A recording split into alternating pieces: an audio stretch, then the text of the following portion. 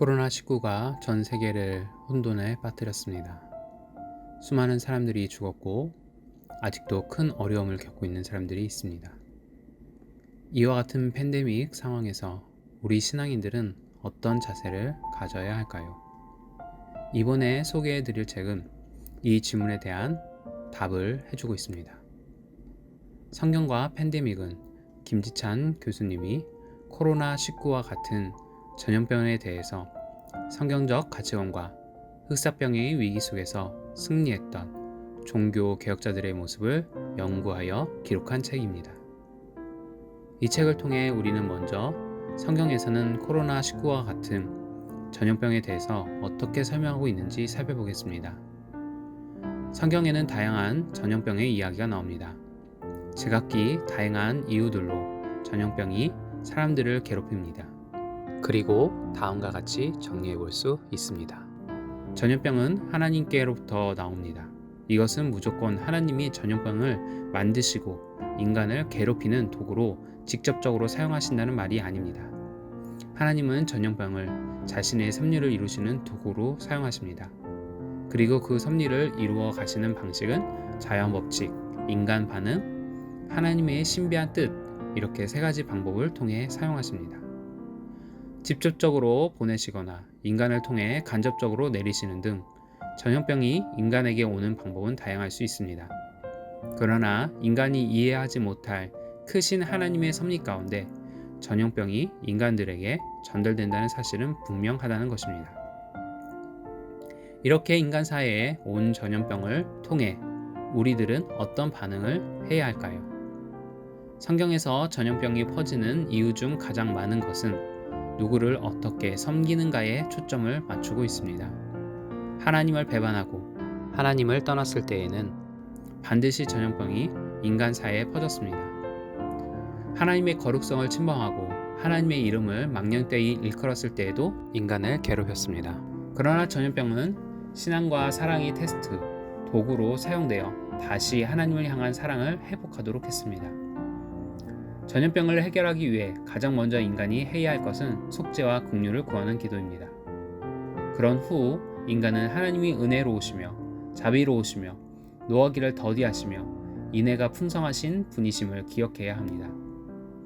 그 은혜로우신 하나님이 우리의 기도를 들으시고 전염병으로부터 우리를 구원해 주실 것이라는 확신을 가져야 합니다. 더불어 우리는 이 세상을 향해 거룩한 제사장의 역할을 해야 합니다.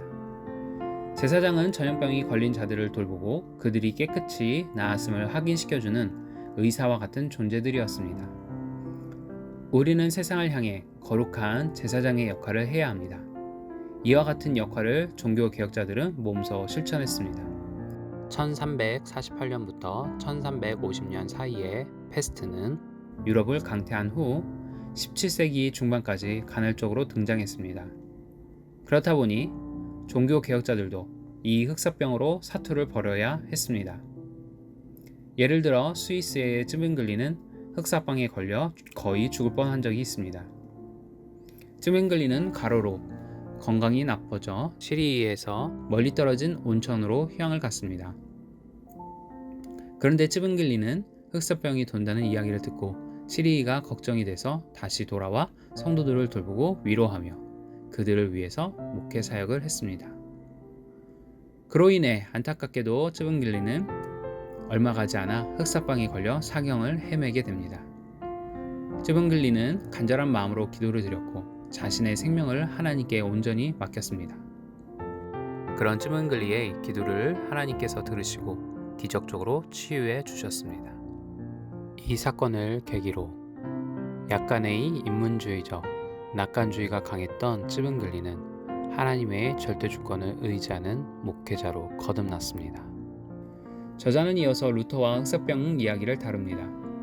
종교개혁 10주년이 되던 1527년 7월 말에 루터가 살던 비텐베르크에도 흑사병이 덮쳤습니다.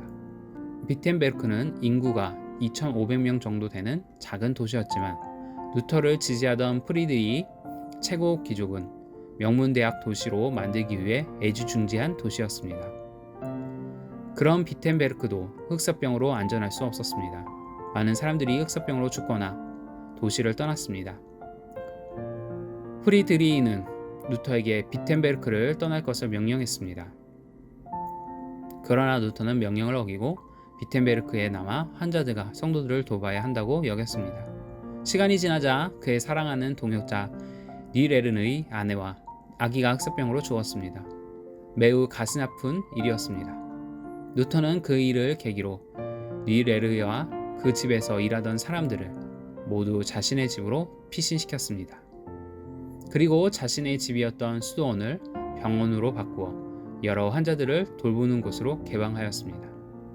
그렇다고 루터가 건강한 사람은 아니었습니다. 누구보다 안전이 우선시 되어야 할 사람 중 한 명이었습니다. 찌븐글리처럼 루터 역시 지병을 앓고 있었습니다. 뇌빈혈증이라는 지병이었습니다.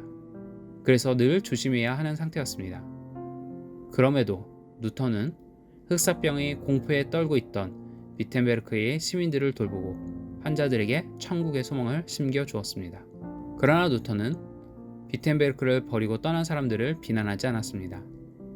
루터는 코로나19로 인해 여러 신앙의 갈등이 있는 우리들에게 자신이 경험한 내용을 토대로 다음과 같은 서신을 기록합니다. 집에 불이 났는데 불이 하나님께로부터 온 형벌이라고 하여 집 밖으로 나가거나 돕기 위해 뛰어나가서는 안 됩니까? 깊은 물에 빠진 사람은 수영으로 자신을 구하기보다 하나님의 심판에 굴복해야 합니까? 루터는 흑사병의 위험을 피해야 한다고 말하는 것입니다. 자가 격리와 방역 조치를 철저히 해야 한다고 말합니다.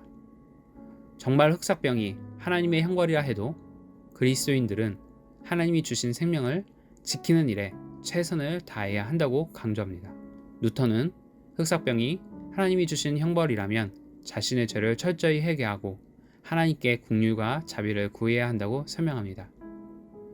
성경 속의 하나님은 우리를 징벌하시는 데 목적이 있지 않고 우리가 거룩해지기를 원하시는 데 목적이 있다는 사실을 기억해야 하겠습니다. 루터는 구약의 예를 들며 나병 환자들을 격리시키신 하나님의 명령을 따라 자가 격리를 하지 않고 함부로 다니는 것은 자살 행위요, 다른 사람을 오염시키는 일은 살인 행위도 될 수 있다고 경고합니다. 그러면서 루터는 모든 사람들이 자가 격리와 피신만 할 수 없는 현실을 설명합니다. 일부는 환자들과 남은 자들을 도와야 하고 본인 역시 그 자리에 있기를 하나님께 의탁하며 결정했다고 말합니다. 나를 필요로 하지 않는다면 사회적 거리 두기를 하겠지만 나를 필요로 하는 곳이라면 죽음의 위험과 소문에도 두려움을 무릅쓰고 기쁨으로 가겠다고 말했습니다. 루터의 이러한 모습은 참 경건이 무엇이며 진정한 종교가 무엇인지를 우리에게 보여줍니다. 마지막으로 루터가 흑사병으로 힘든 시기를 보낼 때 지은 찬송을 소개하도록 하겠습니다. 제목은 내주는 강한 성이요, 시편 46편 위로의 시를 가지고 만든 곡입니다. 강한 성이신 우리 하나님, 좋은 방패와 병기 대신에 지금 당하는 모든 환난에서 우리를 자유케 하시도다. 우리의 오랜 악한 적 이제 심각히 나오니 대단한 힘과 수수로 그의 잔인한 무기에 당할 자 이 땅에 없네. 우리의 힘으론 진전 없었고 우린 곧 질 텐데 예수 그리스도 만군의 주, 그 같은 분 더 없을 하나님, 싸움에서 반드시 이기리로다. 코로나19로 인한 팬데믹이 우리에게 불어닥쳤습니다. 이 시간이 얼마나 더 지속될지 알 수 없는 때입니다. 그러나 루터와 종교 개혁자들은 삶을 통해 우리들이 어떻게 행동해야 할지 보여줬습니다. 우리들이 해야 할 일은 예수님을 본받았던 그들처럼 우리들도 예수님을 본받아 죽기까지 실천하는 믿음이 필요합니다. 철저한 사회적 거리두기와 예배에 목숨 걸며 약자들을 내 생명같이 돌보는 삶이야말로 실천하는 믿음이 아닐까 생각해 봅니다.